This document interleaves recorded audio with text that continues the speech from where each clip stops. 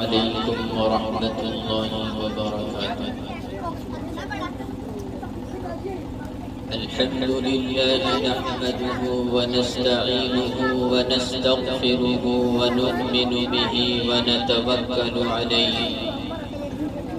ونعوذ بالله من شرور أنفسنا ومن سيئات أعمالنا. من يهده الله فلا مضل له ومن يضلله فلا هادي له. ونشهد أن لا إله إلا الله وحده لا شريك له ونشهد أن محمدا عبده ورسوله. أما بعد، أعوذ بالله من الشيطان الرجيم. بسم الله الرحمن الرحيم. يا أيها الذين آمنوا لا تتبعوا خطوات الشيطان إنه لكم عدو مبين. صدق الله العظيم. میرے دوستوں اور بزرگوں، سامعین کرام، عزیز بچے اور بچیوں،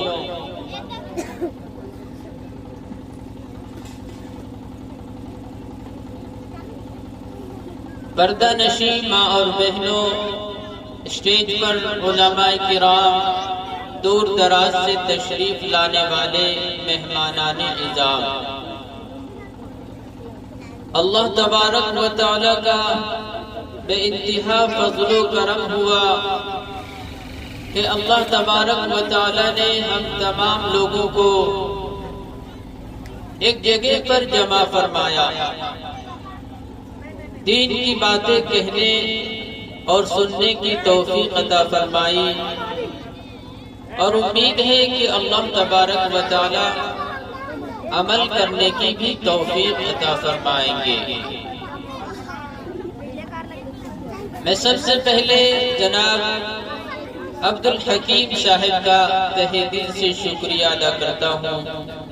اہل خانہ کا شکریہ ادا کرتا ہوں۔ دوستوں اور بزرگوں، یہ پروگرام جس میں ہم لوگ جمع ہوئے ہیں، بیٹھے ہوئے ہیں، علماء کی باتوں کو سن رہے ہیں اور شعراء کی شعر سماعت کر رہے ہیں، یہ اصل میں دیکھنے میں تو بہت چھوٹا سا معلوم ہوتا ہے، حالانکہ اگر اس کے بارے میں اگر آپ اللہ کے رسول صلی اللہ علیہ وسلم کی حدیث کو پڑھ لیں گے اور اس کو سمجھ لیں گے تو آپ کو معلوم ہوگا کہ یہ ایسی مجلس ہے، یہ ایسی محفل ہے کہ دنیا میں کوئی مجلس اور کوئی محفل اس مجلس کا مقابلہ نہیں کر سکتی۔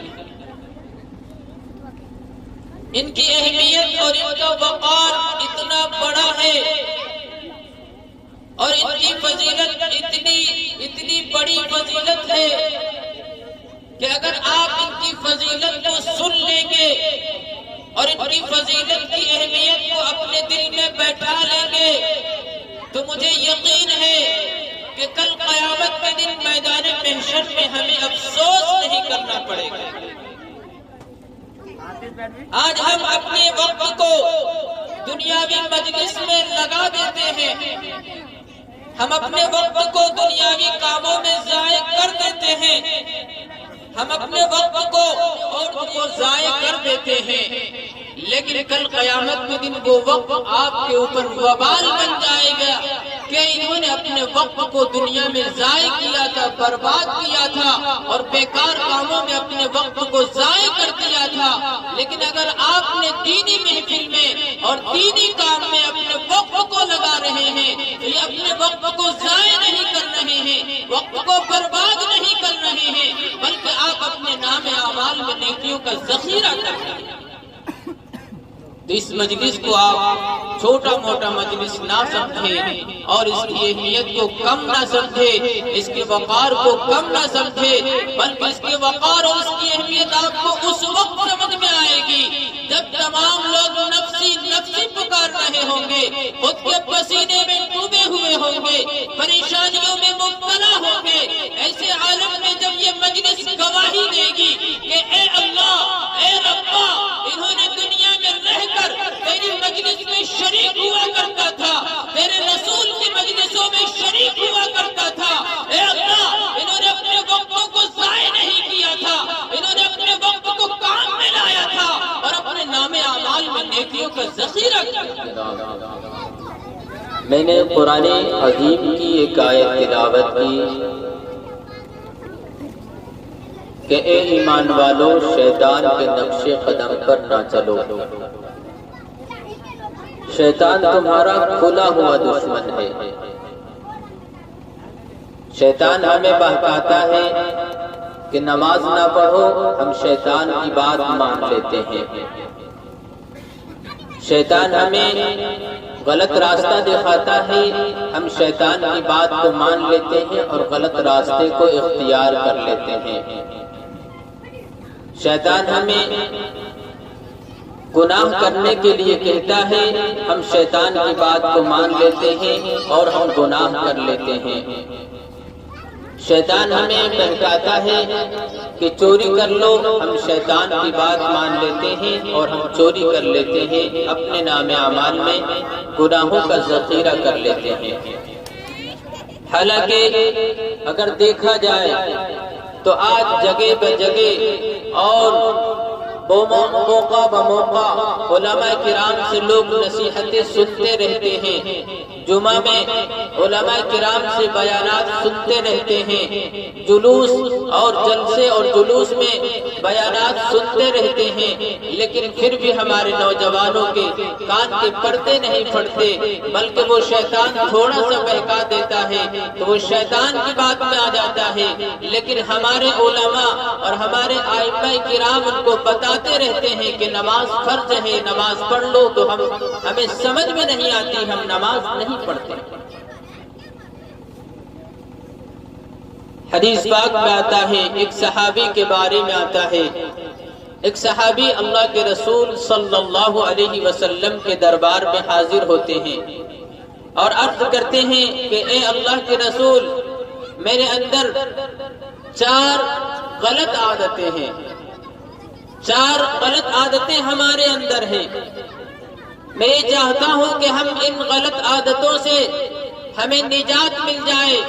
ہم چھٹکارا پا جائیں۔ اے اللہ کے رسول، کوئی نصیحت کر دیجئے، کوئی بات بتا دیجئے تاکہ میرے اندر سے جو خرابیاں ہیں، جو بیماریاں ہیں، جو غلط کام ہیں، جو ہمارے اندر غلط عادت پڑ گئی ہے، ہماری وہ غلط عادت چھٹ جائے اور ہم نیکی کے راستے کو اختیار کر لیں اور ہم اچھے راستے کو اختیار کر لیں اور اپنی زندگی کو سدھار لیں۔ لہذا اللہ کے رسول صلی اللہ علیہ وسلم کے سامنے وہ 4 جو وہ گناہ کیا کرتا تھا، وہ شراب پیا کرتا تھا کہ اللہ کے رسول، میں شراب پیتا ہوں، شراب پینے کی عادت پڑ گئی ہے، میں چاہتا ہوں کہ میں چھوڑ دوں اسے، لیکن اے اللہ کے رسول، عادت اتنی سخت ہو گئی ہے اور اتنی مضبوط عادت ہو گئی ہے کہ میں چھوڑنا چاہتا ہوں لیکن چھوٹ نہیں پا رہی ہے۔ اے اللہ کے رسول، آپ ہی بتائیے میں کون سا عمل کروں، یا آپ ہی ایسی کوئی نصیحت کر دیجئے جس سے شراب نوشی کی عادت ختم ہو جائے۔ دوسری جو بری عادت تھی، غلط عادت تھی، وہ دوسری عادت تھی زنا کرنے کی۔ اللہ کے رسول صلی اللہ علیہ وسلم کے سامنے وہ صحابی عرض کرتے ہیں کہ اے اللہ کے رسول، میرے اندر زنا کرنے کی عادت ہے اور میں چاہتا ہوں کہ میرے اندر سے یہ زنا کرنے کی جو بری عادت ہے وہ ختم ہو جائے، وہ زائل ہو جائے۔ یہ بری عادت جو ہمارے اندر گھس گئی ہے ہم اس سے نجات پانا چاہتے ہیں۔ اے اللہ کے رسول، کوئی ایسی بات بتا دیجئے، کوئی ایسی نصیحت کر دیجئے تاکہ میں آپ کی نصیحت کو سن لوں، آپ کی بات کو سن لوں اور میں اس پہ عمل کرنے والا بن جاؤں اور میرے اندر جو زنا کرنے کی عادت ہے وہ تیسری عادت اس صحابی کے اندر جو تیسری عادت ہے چوری کرنے کی عادت ہے، چوری کرنے کی عادت ہے۔ لہذا اللہ کے رسول صلی اللہ علیہ وسلم سے عرض کرتے ہیں کہ اے میرے محبوب، اے میرے نبی، میرے اندر چوری کرنے کی بھی عادت ہے، میں چاہتا ہوں کہ چوری کرنے کی عادت ختم ہو جائے، لیکن ختم نہیں ہو رہی ہے۔ آپ ہی ذرا بتائیے میں کون سا کام کروں، کیا کام کروں جس سے میرے اندر کی چوری کی عادت ختم ہو جائے۔ چوتھی عادت جھوٹ بولنے کی تھی۔ اللہ کے رسول صلی اللہ علیہ وسلم کے سامنے عرض کرتا ہے کہ اے اللہ کے رسول، چوری کرنے، جھوٹ بولنے کی عادت ہے، اے اللہ کے رسول کیا کام کروں، کون سا عمل کروں کہ یہ جھوٹ بولنے کی عادت ختم ہو جائے۔ لہذا 4 برائیوں کے بارے میں صحابہ نے عرض کیا کہ اے اللہ کے رسول میرے اندر یہ 4 خرابیاں ہیں، یہ 4 برائیاں ہیں، یہ 4 غلطیاں میرے اندر ہیں۔ اے اللہ کے رسول میں چاہتا ہوں اور کئی سال سے چاہ رہا ہوں، کئی مہینے سے چاہ رہا ہوں کہ میرے اندر کی جو غلط عادت ہے اور غلط عادت جو میرے اندر آ گئی ہے وہ ختم ہو جائے۔ لہذا اللہ کے رسول کہتے ہیں اے میرے صحابہ جھوٹ بولنا چھوڑ دو، ساری عادت ختم ہو جائے۔ صحابی عرض کرنے لگے کہ میرے اندر اتنی بڑی خرابیاں ہیں، میں نے یہ سمجھا تھا کہ اللہ کے رسول یہ کہیں گے کہ زنا کرنا چھوڑ دو، یہ کہیں گے کہ غیبت کرنا چھوڑ دو، یہ کہیں گے کہ چوری کرنا چھوڑ دو، شراب نوشی چھوڑ دو، لیکن اے اللہ کے رسول آپ تو کہہ رہے ہیں کہ جھوٹ بولنا چھوڑ دو۔ اے اللہ کے رسول میں جھوٹ بولنا چھوڑ دوں گا، لیکن مجھے لگتا ہے کہ شراب نوشی کی عادت ختم نہیں ہوگی، زنا کرنے کی عادت ختم نہیں ہوگی، اور دوسری جو برائیاں ہیں وہ ختم نہیں ہوگی۔ اللہ کے رسول نصیحت کرتے ہیں کہ میرے صحابہ 24 گھنٹے کی تمہیں مہلت دیتا ہوں، 24 گھنٹے کا میں تمہیں وقت دیتا ہوں، جاؤ تم اپنی زندگی میں 24 گھنٹے میں جو بھی کرے گا مجھے سچ سچ آ کر بتانا۔ اگر تم شراب پی رہے ہو تو سچ آ کر بتانا ہے کہ میں نے شراب پی لی ہے۔ اگر تم نے زنا کیا ہے تو تم میرے پاس آ کر سچ بتانا کہ میں نے زنا کیا ہے۔ تم اگر چوری کیا ہے تو میرے پاس آ کر سچ بتانا کہ میں نے چوری کی ہے۔ تم اگر جھوٹ بولے گا تو میرے پاس آ کر بتانا، سچ بتانا کہ میں نے جھوٹ بولا۔ لہذا وہ گھر چلا جاتا ہے، شراب پینے کی عادت تھی، کئی مہینے سے چھوڑنا چاہتا تھا، چھوٹ نہیں پا رہی تھی۔ لہذا جیسے ہی وہ شراب کی بوتل کو نکالتا ہے اور شراب پینا چاہتا ہے، لیکن اسے اللہ کے رسول صلی اللہ علیہ وسلم کی وہ باتیں یاد آ جاتی ہے کہ اللہ کے رسول کے دربار میں جانا ہے، سچ بتانا ہے۔ اگر میں اللہ کے رسول کو یہ کہہ دوں گا کہ میں شراب پی کر آیا ہوں تو اللہ کے رسول کا دل دکھ جائے گا، اللہ کے رسول کو آنکھوں میں آنسو بہ جائے گا، اور جب اللہ کے رسول کو دکھ پہنچے گی، تکلیف پہنچے گی تو اللہ کے رسول برداشت نہیں کر پائیں گے۔ یہ میں کیسے قبول کر لوں کہ میں شراب پیوں اور اللہ کے رسول کے دربار میں جا کر کہوں کہ اے اللہ کے رسول میں شراب پی کر آیا۔ مجھے یہ گوارا نہیں ہے کہ میں شراب پی کر اللہ کے رسول کے دربار میں جاؤں اور اللہ کے رسول کے سامنے کہوں کہ میں شرابی۔ لہذا اللہ کے رسول کی اس بات انہوں کو تھرا کر رکھ دیا کہ نہیں میں شراب نہیں پی سکتا،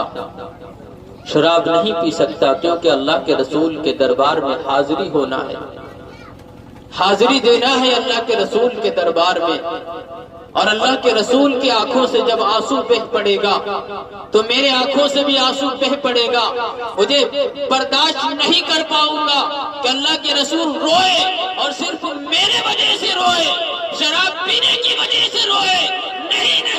میں شراب نہیں پی سکتا۔ یہ سارے نوجوانوں کے لیے ایک میسج ہے کہ ہمارے آقا نے آج سے 1400 سال فرما دیا ہے کہ شراب پینا حرام ہے۔ اگر کوئی شخص شراب پی پی کر آئے گا، کل قیامت کے دن رب کے سامنے کھڑا ہوگا، رب پوچھے گا کہ بتاؤ تو نے شراب پی کر آیا ہے، تو رب کو کیسا لگے؟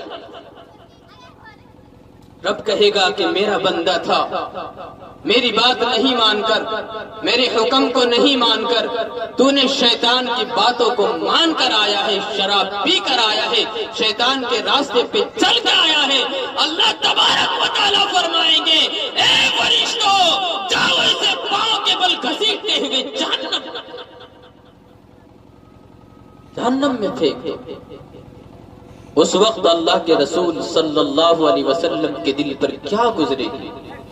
کہ میری امتی ہے، میری امت میں انہوں نے زندگی گزاری، آج جہنم کا فیصلہ ہو گیا۔ اللہ کے رسول روئیں گے، گڑ گڑائیں گے، امتی امتی کہیں گے۔ حضرت خالد بن ولید رضی اللہ تعالیٰ عنہ کے زمانے میں ایک صحابی سے چوری کا کام ہو جاتا ہے، چوری کر لیتا ہے اور یہ ثابت ہو جاتی ہے کہ انہوں نے چوری کیا ہے، ثابت ہو جاتا ہے کہ انہوں نے چوری کیا ہے، لہذا اعلان ہو جاتا ہے، یہ فیصلہ ہو جاتا ہے، یہ طے کر دیا جاتا ہے کہ فلاں میدان میں تمام لوگوں کو جمع ہونا ہے، وہاں اس صحابی کو سزا دی جائے گی، یعنی ان کے ہاتھ کو کاٹ دیا جائے گا۔ لہذا اس میدان میں سارے لوگ جمع ہو جاتے ہیں، لہذا وہ صحابی بھی پہنچتے ہیں اور ان کے ہاتھ کو کاٹ دیا جاتا ہے۔ اللہ کے رسول صلی اللہ علیہ وسلم کی آنکھوں سے آنسو جاری ہو جاتا ہے۔ حضرت خالد بن ولید پوچھتے ہیں کہ اے اللہ کے رسول آپ کو کس چیز نے تکلیف پہنچائی ہے؟ آپ کی آنکھوں میں آنسو کیسے آ گیا ہے؟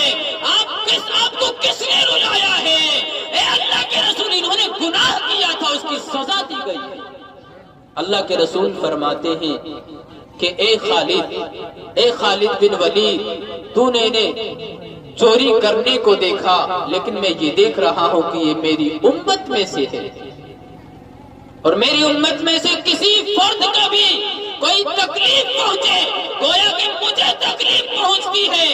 میری امت میں سے کوئی تکلیف میں مبتلا ہو جائے، گویا کہ میں مبتلا ہو جاتا ہوں، گویا کہ یہ معلوم ہوتا ہے کہ اللہ کے رسول کو تکلیف دی جا رہی ہے۔ تو دوستوں اور بزرگوں، کل قیامت کے دن رب کے سامنے ہمیں کھڑا ہونا ہے اور ہمیں رب کے سامنے جواب دینا ہے کہ تو نے شراب پی کر آیا، زندگی کیسے گزار کر آیا، کہاں گزار کر آیا، کہیں بدکاریوں میں تو نہیں گزار کر آیا۔ ہم میں سے بعض لوگ یہ سمجھتے ہیں کہ ہم مر جائیں گے، مٹی ہو جائیں گے، قبر میں رکھ دیا جائے گا، کوئی پوچھنے والا نہیں ہے۔ نہیں دوستوں اور بزرگوں، کل قیامت کے دن پوچھا جائے گا کہ تو نے جوانی کہاں گزار کر آیا، کہیں شراب نوشی میں تو نہیں گزار کر آیا، کہیں زناکاری میں تو نہیں گزار کر آیا، کہیں بے حیائی میں تو نہیں گزار کر آیا۔ ہم غلط فہمیوں میں پڑے ہوئے ہیں کہ نہیں پوچھا جائے گا۔ اس لیے ہم اپنی زندگی کو سنوارنے کی کوشش کریں، ہم اپنی زندگی کو اچھی زندگی بنانے کی کوشش کریں۔ اور شراب یہ کوئی اچھی چیز نہیں ہے، شراب یہ کوئی اچھی چیز نہیں ہے۔ آج کے ماحول آپ دیکھتے ہوں گے کہ شراب پی کر آتا ہے اور اپنی بیوی کو طلاق دے دیتا ہے، نشے کے عالم میں ہے، اسے معلوم ہی نہیں ہے وہ کیا بول رہا ہے، اسے معلوم ہی نہیں ہے اس کے سامنے کون کھڑا ہے، اس کی ماں کھڑی ہے یا اس کی بہن کھڑی ہے یا اس کی بیوی کھڑی ہے، اسے معلوم ہی نہیں چلتا ہے۔ تو شراب کے نشے میں جب انسان آ جاتا ہے تو اس کے سامنے ہر عورت بیوی ہی نظر آتی ہے، ہر عورت بیوی ہی نظر آتی ہے۔ آپ اخبار پڑھتے ہیں اور اخبار میں آپ روزانہ پڑھتے ہوں گے کہ فلاں بیٹے نے ماں کے ساتھ بدکاری کر لی،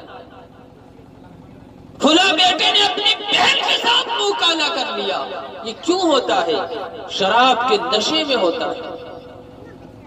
جب انسان شراب پی لیتا ہے، نشے کے عالم میں ہو جاتا ہے، نشے میں دھت ہو جاتا ہے، تو اسے پتہ ہی نہیں چلتا ہے میں کیا کر رہا ہوں اور کس کے ساتھ برا کر رہا ہوں، کس کو گالی دے رہا ہوں اور کس کو اچھی بات بتا رہا ہوں، اسے معلوم ہی نہیں چلتا۔ اس لیے شراب بہت غلط عادت ہے، بہت خراب عادت ہے شراب کی۔ وہ صحابی عرض کرتے ہیں کہ نہیں نہیں، مجھے اللہ کے رسول صلی اللہ علیہ وسلم کے دربار میں حاضر ہونا ہے۔ اللہ کے رسول پوچھیں گے تو مجھے سچ بتانا ہے، کیونکہ میں نے وعدہ کر لیا ہے کہ اللہ کے رسول کو مجھے سچ بتانا ہے۔ اگر میں یہ کہہ دیا کہ میں شراب پی کر آیا ہوں تو اللہ کے رسول کو تکلیف ہوگی، اللہ کے رسول کا دل دکھ جائے گا۔ نہیں نہیں، میں شراب نہیں پی سکتا۔ لہذا وہ شراب کی بوتل کو ختم کر دیتا ہے، اپنے گھر سے نکال کر پھینک دیتا ہے کہ نہیں نہیں، آج سے میں سچی اور پکی توبہ کرتا ہوں کہ آج سے شراب نہیں پیوں۔ اس لیے جس نوجوان کی یہ بری عادت اور بری لت لگ گئی ہے، وہ آج سے توبہ کر لے، آج سے توبہ کر لے کہ میں آج کے بعد کبھی شراب کو منہ سے نہیں لگاؤں گا۔ شراب کو منہ سے آج سے توبہ کرتا ہوں کہ نہیں لگاؤں۔ جس کو شراب پینے کی عادت ہو جاتی ہے، آپ سنے بھی ہوں گے اور دیکھے بھی ہوں گے کہ بعض شرابی شراب کا پیسہ نہیں تھا جیب میں تو انہوں نے اپنی بہن کو بیچ دیا، اپنی بیوی کو بیچ دیا، اپنے گھر والوں کو بیچ دیا، گھر بار زمین جائیداد کو بیچ دیا، صرف شراب کے نشے میں، شراب پینے کے لیے۔ شراب کی عادت اتنی بری عادت ہے، شراب کی عادت اتنی خراب عادت ہے کہ اگر کسی کو لگ جائے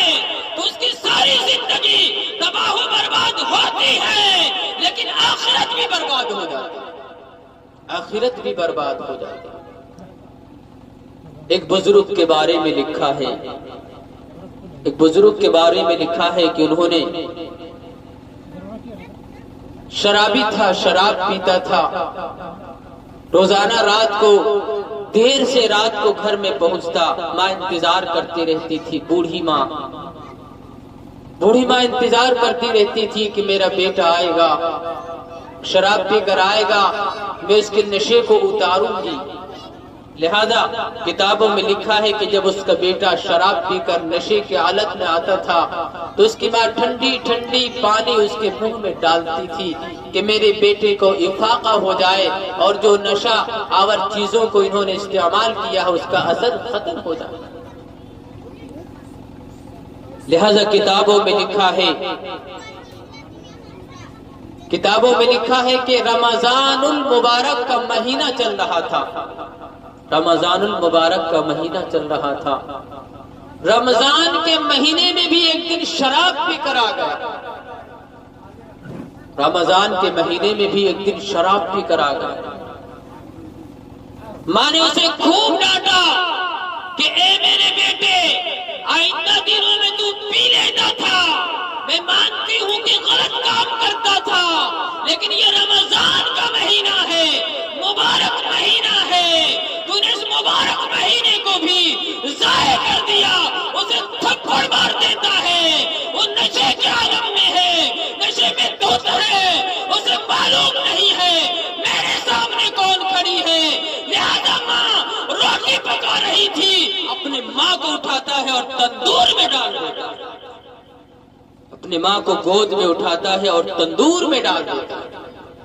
ماں جل کر راکھ ہو جاتی ہے، اللہ کی پیاری ہو جاتی ہے۔ لہذا کتابوں میں لکھا ہے کہ انہوں نے اس دن سے توبہ کیا، اس دن سے توبہ کیا جب وہ افاقہ ہوا، جب اس کی نشہ ختم ہوئی اور جب وہ افاقہ ہوا، اسے معلوم ہوا کہ انہوں نے اپنے ہاتھوں سے اپنی ماں کو تندور میں ڈال دیا اور اس کی ماں اللہ کی پیاری ہو گئی۔ اسی دن سے انہوں نے توبہ کیا۔ کتابوں میں لکھا ہے کہ اسی دن سے انہوں نے توبہ کیا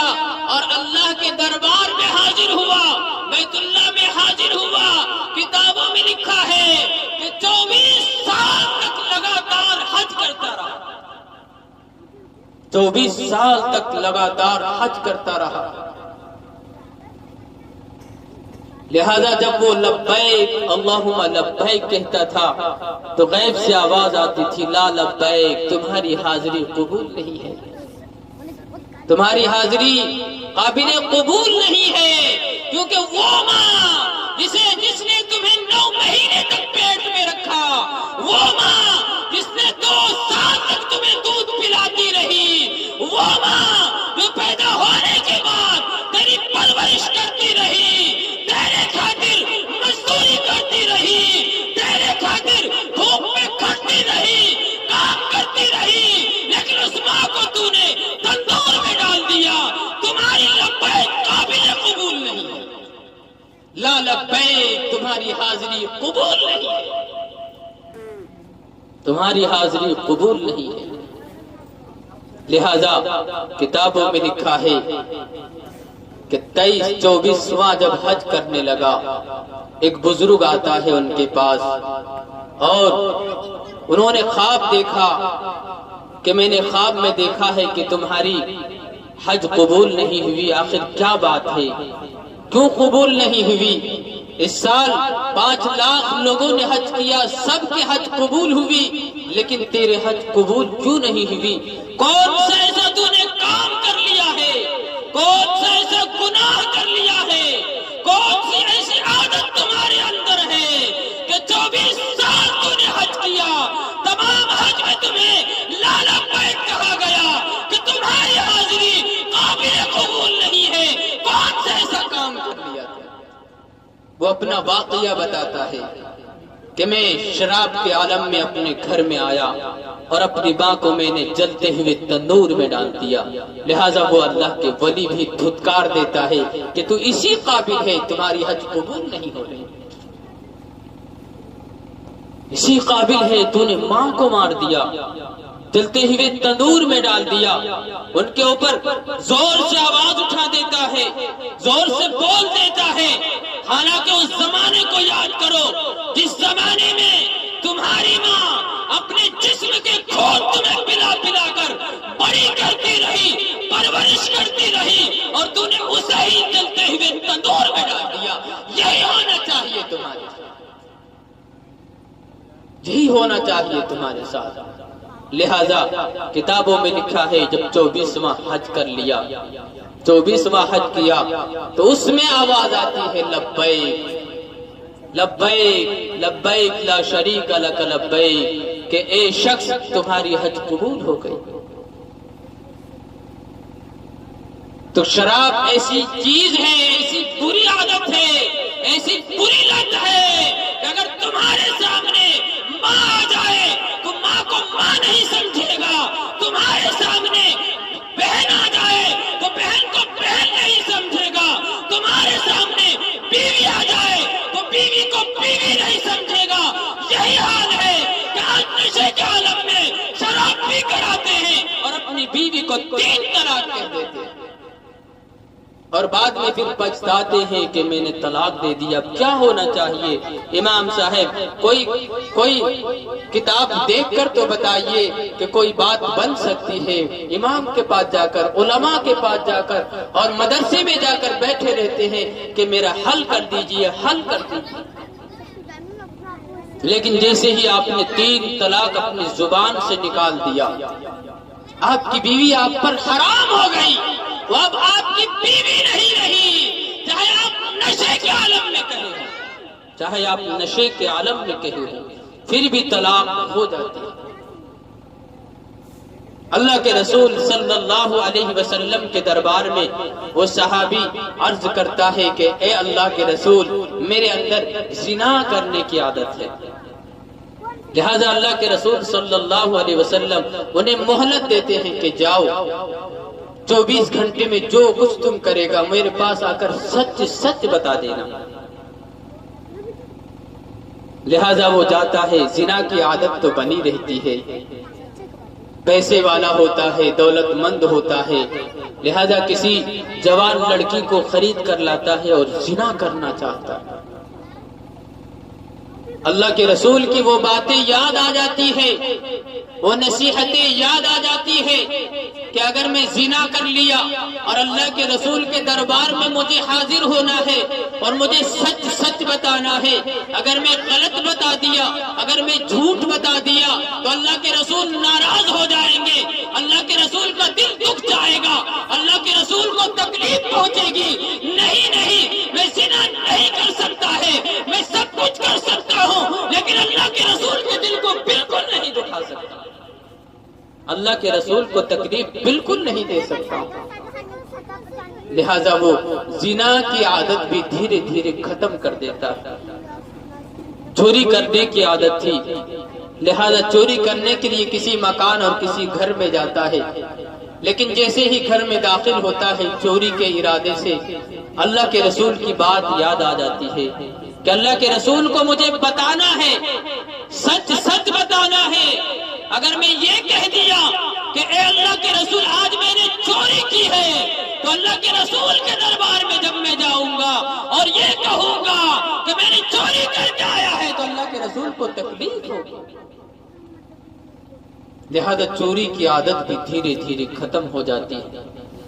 چوری کی عادت جو اس کے اندر بری عادت ہوتی ہے وہ ختم ہو جاتی ہے۔ لہذا اللہ کے رسول صلی اللہ علیہ وسلم کے دربار میں جاتے ہیں اور عرض کرتے ہیں کہ اے اللہ کے رسول میں شراب پینا چاہا لیکن آپ کی بات یاد آ گئی کہ سچ بولنا، جھوٹ نہ بولنا۔ اے اللہ کے رسول میں زنا کرنا چاہا لیکن آپ کی بات یاد آ گئی، میں نے زنا کرنا چھوڑ دیا۔ اے اللہ کے رسول میں نے چوری کرنا چاہا لیکن آپ کی بات یاد آ گئی، میں نے چوری کرنا چھوڑ دیا۔ اے اللہ کے رسول میں آپ کے دربار میں اللہ کو حاضر اور ناظر مان کے کہتا ہوں کہ میں نے کوئی گناہ نہیں کیا۔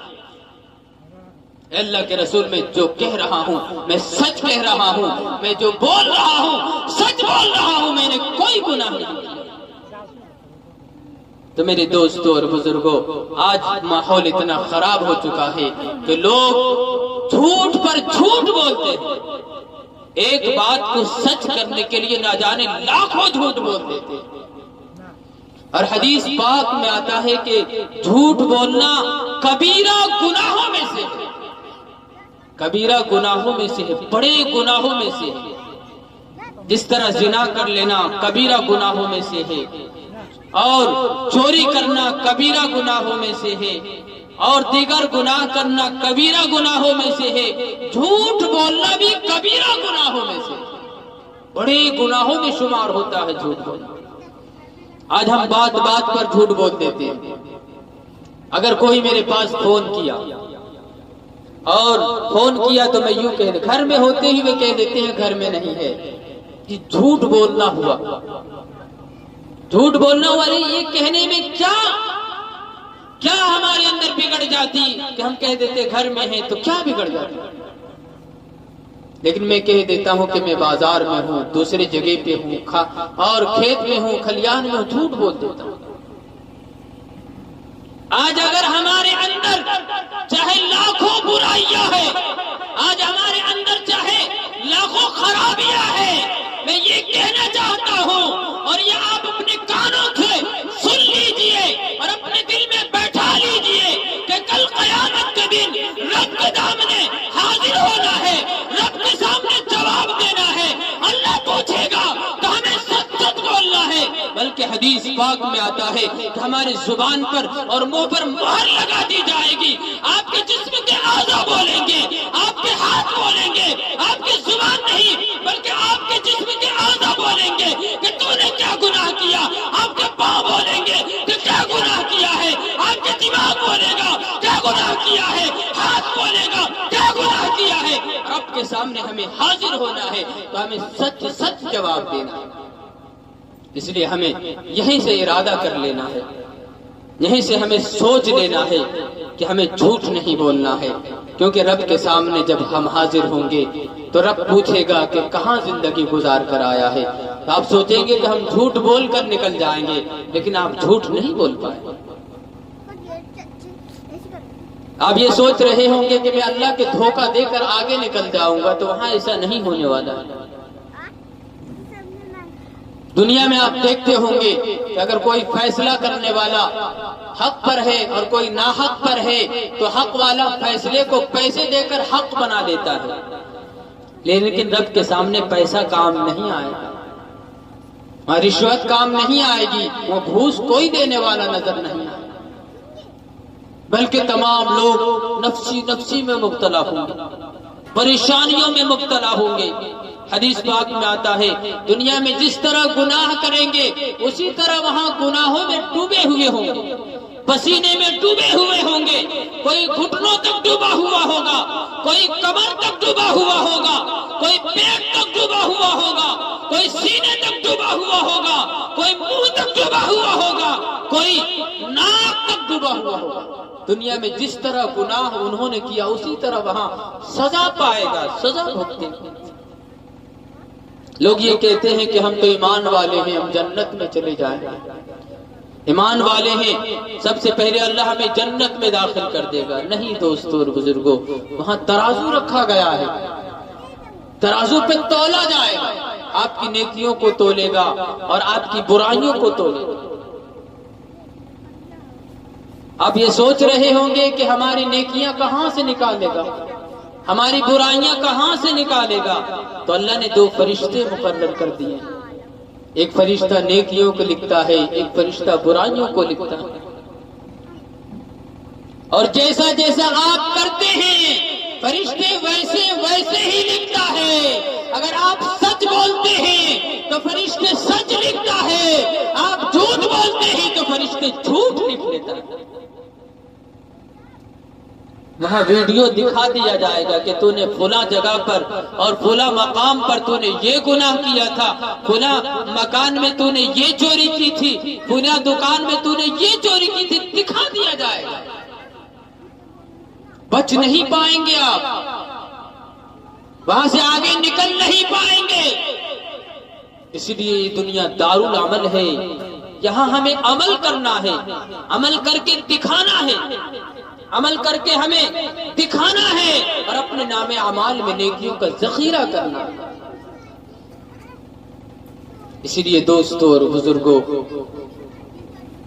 اگر ہم انہی چاروں باتوں پر عمل کر لیں گے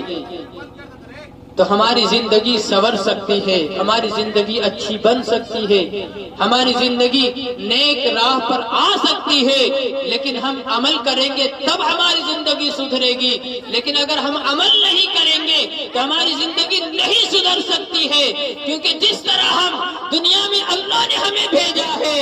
اللہ تبارک و تعالی ہمیں اختیار دے دیا گیا ہے کہ تم جس راستے کو چاہو اختیار کر لو۔ ایک راستہ اچھا راستہ ہے، ایک راستہ برا راستہ ہے۔ ہم نے شیطانوں والے راستے کو اختیار کیا اور ہم نے اچھے راستے کو چھوڑ دیا ہے، ہم نے برے راستے کو اختیار کر لیا اور ہم نے غلط راستے کو اختیار کر لیا ہے، ہم نے سیدھے راستے کو چھوڑ دیا ہے اور ہم ٹیڑھے راستے کو اختیار کر لیا ہے۔ اسی لیے اللہ تبارک و تعالی نے قرآن عظیم میں فرمایا، اے ایمان والو کہ شیطانوں کے نقش قدم پر نہ چلو، وہ تمہارے لیے کھلا ہوا دشمن ہے۔ شیطان تمہیں کہتا ہے، حالانکہ وہ بتاتا ہے کہ یہ غلط راستہ ہے، اس راستے پہ چلو گے تمہیں مزہ آ جائے گا، تم مزے کے عالم میں، اور مزے لینے کے لیے تو شیطان کی بات مان لیتا ہے۔ اور اگر ہم یہ کہہ دیں کہ دوستو نماز کی پابندی کرنے لگ جاؤ تو کوئی بات نہیں مانے گا، شیطان کی بات مان لیتا ہے کہ نماز نہ پڑھو، فجر میں اٹھے گا تو ٹھنڈی لگ جائے گی، ابھی ٹھنڈی بڑھی ہوئی ہے، ٹھنڈے ٹھنڈے پانی سے وضو کرے گا، تمہیں ٹھنڈ ہو جائے گی، ٹھنڈ لگ جائے گی، اس لیے تمہیں سونے رہنا ہے۔ شیطان نے کہہ دیا ہم سوئے رہتے ہیں، اور ایک مؤذن پکار پکار کر کہتا ہے کہ آؤ کامیابی کی طرف، آؤ نماز کی طرف، تو ہمیں بات سمجھ میں نہیں آتی، تو ہم نے شیطان کی بات کو اہمیت دے دیا اور ہم نے مؤذن کی بات کو اہمیت نہیں دیا۔ اسی لیے میرے معزز ساتھیوں، میرے دوستوں اور بزرگوں، ہم سب کو اچھا عمل کرنا ہے۔ یہ دنیا برے لوگوں سے بھری پڑی ہے، آپ جدھر نگاہیں اٹھائیں گے گناہ ہی گناہ نظر آئے گا، آپ جدھر اپنی نظروں کو اٹھائیں گے بدکاری ہی بدکاری نظر آئے گی۔ لیکن اس گناہ کے عالم میں ہمیں اپنے آپ کو بچانا ہے، ہمیں اپنے آپ کو سیدھے راستے پہ لانا ہے، ہمیں اپنے آپ کو اچھا بنانا ہے، ہمیں اپنے آپ کو سدھارنا ہے، ہمیں اپنے آپ کو اچھے راستے پہ لانا ہے، تب ہماری زندگی کامیاب زندگی گزرے گی، تب ہماری زندگی اچھی زندگی گزرے گی، تب ہماری زندگی صحیح سلامت والی زندگی گزرے گی۔ ہم نے باتوں کو سن لیا اور یوں کہہ دیتے ہیں کہ یہ تو مولویوں کی بات ہے، ہمیں عمل نہیں کرنا ہے، ہمیں کان سے سنتے ہیں اور دوسرے کان سے نکال دیتے ہیں کہ نہیں نہیں ان کی باتوں پر عمل نہیں کرنا ہے۔ لیکن کل قیامت کے دن جب اللہ تبارک و تعالی علماء سے پوچھیں گے کہ تو نے میری بات کو اپنے دوستوں تک پہنچایا تھا، تو میں تو کہہ دوں گا کہ میں نے پہنچا دیا، وہاں تو ہم بچ جائیں گے، لیکن پھنس جائیں گے آپ لوگ کہ تمہارے سامنے بتانے والے نے بتایا، تمہارے گھروں میں آ کر بتایا، تمہارے گھروں میں جا کر بتایا، اور ہمارے جماعت والے بھائی کو دیکھ لیجئے وہ ہر گھر میں چلے جاتے ہیں۔ اگر کوئی یہ شکایت کرے رب کے سامنے کہ اے اللہ میرے یہاں کوئی نہیں آیا تھا بتانے کے لیے، میں کیسے عمل کرتا اور کس بات پر عمل کرتا، کون سی بات کو اپناتا، تو اللہ تبارک و تعالیٰ کے سامنے کہنے کا رہ جائے گا کہ اللہ کہیں گے کہ تمہارے سامنے علماء نہیں گئے تھے،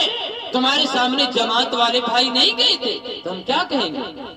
ہم تو پھنس جائیں گے کہ نہیں آیا تھا لیکن ہم ہی عمل نہیں کیے تھے، تو ہم وہاں بچ جائیں گے کہ ہم نے تو بتا دیا تھا، بلغوا انی ولو آیا، میں تو پہنچا دیا تھا، میں نے نوجوانوں کو کہہ دیا تھا، ماں بہنوں کو کہہ دیا تھا، اور اگر اس کے باوجود بھی عمل نہیں کیا تو اس میں ہماری کوئی غلطی نہیں، اس لیے ہم وہاں بچ جائیں گے، پھنس جائیں گے تو آپ لوگ پھنس جائیں گے۔ اس لیے یہی دنیا ہے عمل کرنے کا، یہی دنیا ہے زندگی سنوارنے کا، یہی دنیا ہے اپنی زندگی کو اچھی زندگی بنانے کا۔ جیسے ہی آنکھ بند ہو گئی، سانسیں بند ہو گئی، اب یہ سمجھ رہے ہوں گے کہ ہم اچھے عمل کر لیں تو نہ آپ کا ہاتھ کام کرے گا، نہ دماغ کام کرے گا، نہ آنکھیں کام کرے گی، نہ جسم کام کرے گا، نہ پاؤں کام کرے گا، نہ اور کوئی چیز کام کرے گا، کیونکہ آپ بے جان ہو گئے ہیں، آپ کے اندر سے روح کو نکال دی گئی ہے، آپ کی آنکھیں بند ہو گئی ہے، آپ کی سانسیں بند ہو گئی ہے، پھر پچھتانے سے بھی کوئی نہیں ہوگا اور افسوس کرنے سے بھی کوئی فائدہ نہیں ہوگا۔ اس لیے ہمیں اپنی زندگی کو دنیا ہی میں سنوارنا ہے، ہمیں اپنی زندگی کو دنیا ہی میں اچھی زندگی بنانا ہے، اور اپنی زندگی کو سنوار کر جب ہم جائیں گے، دنیا سے منتقل ہو کر جائیں گے، تو دنیا سے جب منتقل ہو کر جائیں گے تو آپ کے گھر والے رو رہے ہوں گے اور آپ مسکراتے ہوئے دنیا سے رخصت ہو جائیں گے، مسکراتے ہوئے دنیا سے رخصت ہو جائیں گے۔ کسی لکھنے والوں نے یہ لکھا ہے کہ جب بچہ گھر میں پیدا ہوتا ہے، جب بچہ گھر میں پیدا ہوتا ہے تو بچہ رو رہا ہوتا ہے، بچہ روتا ہوا دنیا میں آتا ہے، اور گھر والے خوشیاں منا رہے ہوتے ہیں کہ میرے یہاں پھول سا بچہ اللہ نے دیا، اور خوبصورت سی بچی اللہ نے مجھے دیا ہے، اللہ کی رحمت میرے گھر میں آ گئی ہے، گھر والے خوشیاں منا رہے ہوتے ہیں، اور بچہ پیدا ہونے والا جو ہوتا ہے وہ رو رہا ہوتا ہے، رو رہا ہوتا ہے۔ لکھنے والے نے یہ لکھا ہے کہ جب وہی بچہ جوان ہو کر، پہلوان ہو کر اپنی زندگی کو اچھی زندگی بناتا ہے، وہی بچہ اپنی زندگی کو صحیح راستے پہ چلاتا ہے، وہی بچہ اپنی زندگی میں نماز کی پابندی کر لیتا ہے، وہی بچہ اپنی زندگی کو نبی کی سنتوں سے آراستہ کر لیتا ہے، وہی بچہ جب اپنی زندگی کو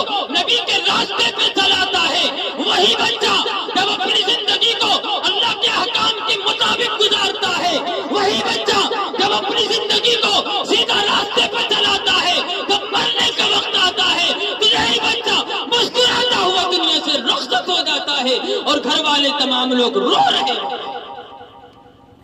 تو جب ہم اپنی زندگی کو اچھی زندگی بنائیں گے تب ہم دنیا سے مسکراتے ہوئے چلے جائیں گے اور گھر والے روتے ہوئے رہ جائیں گے۔ اس لیے دوستو اور بزرگوں، آپ تمام حضرات سے گزارش ہے کہ آپ تمام حضرات یہ چاہیں اور یہ دعا کریں کہ اے اللہ جتنی زندگی ہمیں تو نے دیا ہے، اے اللہ خوشحالی کے ساتھ زندگی گزارنے کی توفیق عطا فرما، اور جب مرنے کا وقت آئے تو مرنے کے وقت کلمہ نصیب فرما۔ یہ ہم سب کو دعا کرنا ہے، کیونکہ مرنے کے وقت جب موت کا فرشتہ جب ارد گرد امڑنے لگتا ہے، گھورنے لگتا ہے، تو جو مرنے والا ہوتا ہے مرض الموت میں ہوتا ہے، اس کا دماغ کام نہیں کرتا کہ ہمیں اس وقت کیا کرنا چاہیے، ہمیں اس وقت کیا چیز پڑھنا چاہیے، ہمیں اس وقت کون سی عبادت کرنی چاہیے، کون سی نماز پڑھنی چاہیے، دماغ کام نہیں کرتا۔ ایک طرف شیطان بھی بہکاتا ہے کہ غلط کام کر لو، ایک طرف فرشتے بھی گھوم رہے ہیں، اب آخر کرے تو کیا کرے، زندگی تو غلط راستوں میں گزارا ہے، کرے تو کیا کرے۔ لہذا کتابوں میں لکھا ہے کہ اگر وہ دنیا میں اچھا کیا ہوگا تو وہ کلمہ پڑھ کے دنیا سے رخصت ہوتا ہے، اور اگر دنیا میں اچھا نہیں کیا، علماء کی بات کو نہیں مانا، ائمہ کی بات کو نہیں مانا، بزرگان دین کی بات کو نہیں مانا، علماء کی بات کو نہیں مانا، صحابہ کے نقش قدم کو اختیار نہیں کیا، انبیاء کے نقش قدم پر نہیں چلا، کتابوں میں لکھا ہے ایسے شخص گانا گاتے ہوئے دنیا سے رخصت ہو جاتا ہے، گناہ کرتے ہوئے دنیا سے رخصت ہو جاتا ہے، بے حیائی کرتے ہوئے دنیا سے رخصت ہو جاتا ہے، اپنی زبان سے شرکیہ کلام پڑھتے ہوئے رخصت ہو جاتا ہے۔ اس لیے ہمیں اچھا کام کرنا ہے، ہمیں اپنی زندگی کو سیدھے راستے پہ لانا ہے، صراط مستقیم پہ ہمیں اپنے آپ کو چلانا ہے، اور پھر زندگی کا مزہ دیکھیے کہ فرشتے بھی فخر کرتے ہیں کہ دیکھو یہ کون جا رہا ہے، یہ اللہ کے رسول کی امتی جا رہا ہے۔ دنیا والے تو فخر کریں گے ہی، آپ کے محلے والے فخر کریں گے ہی، لیکن فرشتے بھی فخر کرتے ہیں کہ دیکھو یہ رسول کی امتی جا رہا ہے۔ اس لیے میری ماں اور بہنوں، آج ہماری ماں اور بہنوں کے اندر بھی بہت ساری خرابیاں، بہت ساری برائیاں آ گئی ہیں۔ وہ شکایت کرتی پھرتی رہتی ہے کہ میرا جو بیٹا ہے میری بات نہیں مانتا، میری بیٹی ہے میری بات نہیں مانتی، حالانکہ اس میں ماں باپ کی بھی غلطیاں ہوتی ہیں۔ حالانکہ دیکھا جائے تو قربانیاں بہت ہیں ماں باپ کی، قربانیاں اگر کوئی شمار کرنا چاہے، گننا چاہے تو گن نہیں سکتا ہے، لیکن کچھ غلطیاں بھی ہیں جس کی وجہ سے ہماری اولاد بگڑ رہی ہے، جس کی وجہ سے ہماری اولاد غلط راستے کو اختیار کر رہی ہے، جس کی وجہ سے ہماری اولاد غلط لوگوں کی سنگت میں رہ کر کے نشہ آور چیزوں کو استعمال کر لیتی ہے، اور غلط راستوں پر چل کر کے اپنی زندگی کو تباہ و برباد کر لیتی ہے۔ صرف لڑکوں کا غلطی نہیں بلکہ بڑوں کی بھی غلطی ہے۔ بڑوں کو دیکھ کر چھوٹے اپنے راستے کو اختیار کرتے ہیں کہ ہمارے ابا جان نماز پڑھ رہے ہیں تو ہم بھی نماز پڑھیں گے، ہماری امی نماز پڑھتی ہے تو ہم بھی نماز پڑھیں گے، ہمارا ابا جو ہے قرآن کی تلاوت کرتے ہیں ہم بھی تلاوت کریں گے۔ لیکن افسوس کی بات یہ ہے کہ ہم سوتے ہیں موبائل دیکھ کر، اور جیسے ہی نیند کھلتی ہے موبائل سامنے رہتا ہے، اور موبائل میں بھی اتنا فنکشن دے دیا گیا ہے کہ ہم اس سے اچھی چیزیں سیکھ سکتے ہیں، لیکن جب بھی ہم کھولیں گے تو اس میں غلط ہی چیز ہمارے سامنے آ جاتی ہے، جب بھی ہم کھولیں گے تو غلط ہی بات ہمارے سامنے آتی ہے، کیونکہ ہم نے اپنے موبائل کی سیٹنگ کو ویسے ہی کر رکھا ہے کہ جب بھی ہم موبائل کو کھولیں تو ہمارے سامنے نماز نہ آوے، تلاوت نہ آوے، قرآن نہ آوے، نماز کی جو پڑھنے کی چیزیں ہیں وہ نہ آئے، بلکہ ہم نے سیٹنگ کر رکھی ہے کہ ایسی چیز آئے جو ہماری زندگی میں مزہ آ جائے۔ اس لیے میری ماں اور بہنوں، آپ تمام حضرات سے گزارش ہے کہ آپ تمام حضرات اگر انہی چند باتوں پر عمل کر لیں گے تو ہماری زندگی سنور جائے گی، ہماری زندگی سدھر جائے گی، ہماری زندگی اچھی بن جائے گی۔ اب تمام حضرات سے گزارش ہے کہ آپ تمام حضرات انہی چند باتوں پر عمل کریں، جو بھی کہی گئی ہے عمل کرنے کی کوشش کریں۔ میں انہی چند باتوں پر اپنی باتوں کو ختم کرتا ہوں اور آخر میں یوں ہی کہا کرتا ہوں کہ نہ زندگی کی صداؤں میں یاد رکھنا، نہ زندگی کی صداؤں میں یاد رکھنا، نہ زندگی کی فضاؤں میں یاد رکھنا، یہی تحفہ بہت ہوگا آپ کا میرے لیے کہ ہر نمازوں کے بعد دعاؤں میں یاد رکھنا۔ وآخر دعوانا ان الحمد للہ رب العالمین۔